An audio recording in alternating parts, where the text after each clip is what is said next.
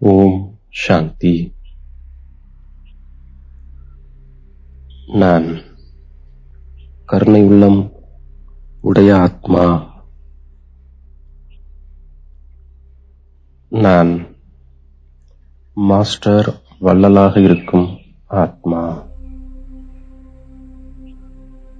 நான் அனைத்து பிராப்திகளின் சாதனத்திலிருந்து விடுபட்டிருக்கும் ஆத்மா.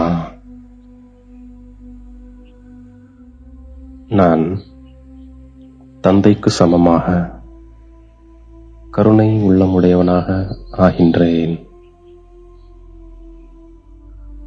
கருணை உள்ளம் உடைய குழந்தைகளாகிய நாம் அனைவரையும் துக்கத்திலிருந்து விடுவித்து தூய்மை இல்லாதவர்களை தூய்மையானவர்களாக ஆக்கக்கூடிய சேவை செய்கின்றோம். முழு உலகமும் அமைதி மற்றும் சுகம் கிடைக்க வேண்டும் என்று கேட்டுக்கொண்டிருக்கின்றது.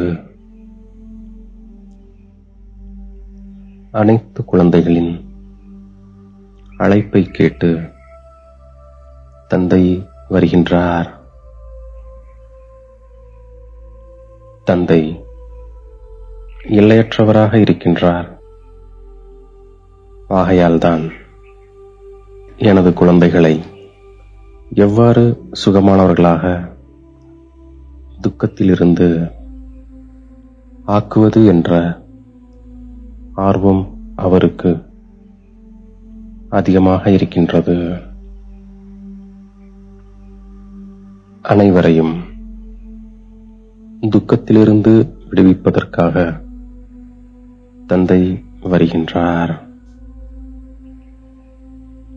தந்தை முழு உலகிற்கும் எஜமானனாக இருக்கின்றார். இந்த உலகத்தை தான் தூய்மையில்லாத நிலையிலிருந்து தூய்மையாக தந்தை ஆக்குகின்றார். அனைத்து குழந்தைகளாகிய நாம் நமக்குள் சகோதரனாக இருக்கின்றோம். ஆனால் தூய்மையாக்கக்கூடியவர் ஒரே ஒரு தந்தைதான். ஆகையால்தான் நாம் ஒரு தந்தையிடம் மட்டுமே அன்பு வைத்திருக்கின்றோம். பழைய உலகமோ அல்லது புதியது உலகமோ தந்தையுடையதாகும். தந்தை புது உலகில் ராஜ்யம் செய்யாமல் இருக்கலாம். ஆனாலும் அதுவும் தந்தையுடையதுதான். இந்த முழு எல்லையற்ற உலகமும் தந்தையின் வீடாகும்.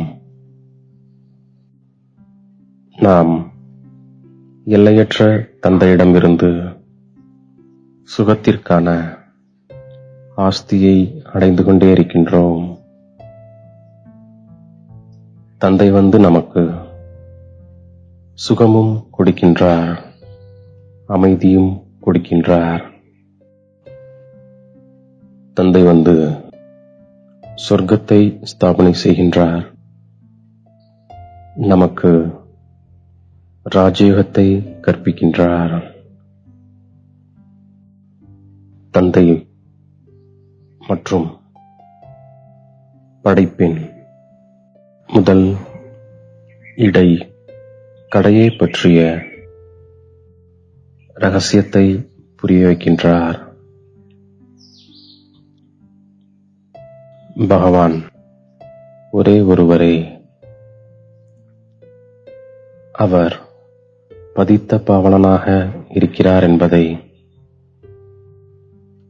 தந்தை வந்துதான் புரிய வைக்கின்றார். எல்லையற்ற தந்தை வந்து நம்மை எல்லையற்ற சந்நியாசம் செய்ய வைக்கின்றார். பிரம்மா, சிவ தந்தையின் குழந்தையாவார். நாம் சிவனின் நாம் அவரது பேரன்கள் ஆவோம். சிவத்தந்தை பிரம்மாவின் மூலமாக நம்மை தத்தெடுக்கின்றார். தந்தை நமக்கு சத்கதி கொடுக்கின்றார். பக்தியின் மூலம் இரவு ஏற்படுகின்றது. ஞானத்தின் மூலம் பகல் ஏற்படுகின்றது. ஒரு தந்தை மட்டும்தான் ஞானக்கடலாக இருக்கின்றார். தந்தை பாரதத்தில்தான் வருகின்றார். எனவே பாரதத்தின் மகிமை மிகவும் உயர்ந்ததாக இருக்கின்றது. இப்பொழுது தந்தை வந்து நம்மை ஆத்ம அபிமானியாக ஆக்குகின்றார். இனிமேலும் இனிமையான ஆன்மீக குழந்தையாகிய நமக்கு ஆன்மீக தந்தை வந்து ஞானத்தின் அனைத்து ரகசியங்களையும் கூறுகின்றார். தந்தை நம்மை பூஜைக்குரியவராக ஆக்கிவிட்டார். பிறகு நாம் பூஜாரியாக ஆகிவிடுகின்றோம். ராவணன் மீது வெற்றியடைய செய்வதற்காக தந்தை குரங்கு சேனைகளாகிய நம்மை சேர்த்துக் கொள்கின்றார். எந்த விஷயங்களினால் நமக்கு நன்மை இல்லையோ அப்போது நாம் காதுகளை மூடிக்கொள்கின்றோம். இப்பொழுது நமக்கு ஸ்ரீமத் கிடைக்கின்றது. நாம் சிரேஷ்டமானவர்களாக ஆகின்றோம். நம்மை ஆத்மா என்று புரிந்து கொண்டு தந்தையை நினைவு செய்கின்றோம். வெற்றி தோல்விக்கான விளையாட்டை, அதிசயமான எல்லையற்ற இந்த விளையாட்டை பற்றி நமக்கு தந்தைதான் புரிய வைக்கின்றார். ராஜா என்றால் வள்ளல். வள்ளலுக்கு கூற வேண்டிய அல்லது கேட்க வேண்டும் என்பது இருக்காது. ஒவ்வொரு ராஜாவும் தனது அன்பு என்ற பரிசை கொடுக்கிறார்கள். நாமும் நம்மீது ராஜ்யம் செய்யக்கூடிய ராஜாவாக ஆகும்போது ஒவ்வொருவரும் நம்முன் உதவி என்ற பரிசு கொடுப்பார்கள். நாம் சுயத்தின் மீது ராஜ்யம் இருக்கும் பொழுது நம்முன் லௌகீக அலௌகீகத்தில் துணையாக இருப்பவர்கள் அன்பாக உதவியாளர்களாக ஆவார்கள். நாம் நமது கர்மேந்திரியங்களை கட்டுப்பாட்டில் வைத்திருக்கின்றோம். ஆதலால் அனைத்து துணைவர்களும் நமக்கு அன்பு உதவியாளர்களாக ஆகிவிடுகிறார்கள். தந்தைக்கு சமமாக நாம் கருணை உள்ளம் உடையவராக இப்போது ஆகின்றோம். அனைவரையும் துக்கத்திலிருந்து விடுவித்து தூய்மை இழந்துள்ளவர்களை தூய்மையாக்கும் சேவை செய்கின்றோம்.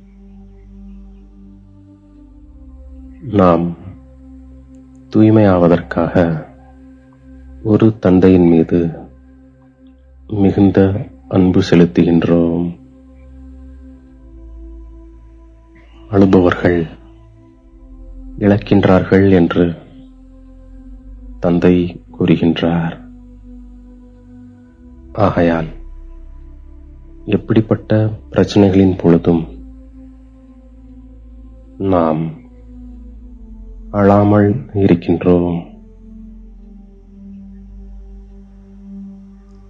சுயராஜ்யத்தின் மூலம் நமது துணைவர்களை அன்பான உதவியாளர்களாக ஆக்கக்கூடிய மாஸ்டர் வள்ளலாகிய ஆத்மா நாம். அனைத்து பிராப்திகளின் சாதனம் இருந்தாலும் உள்ளுணர்வு விடுபட்ட நிலையில் இருக்கும் வைராகியமுடைய ஆத்மா நாம். நம்மை தேடி கண்டெடுத்த இனிமேலும் இனிமையான தாயும் தந்தையுமாகிய பாப்தாதாவிற்கு கோடான கோடி நமஸ்காரங்கள். ஓம் சாந்தி.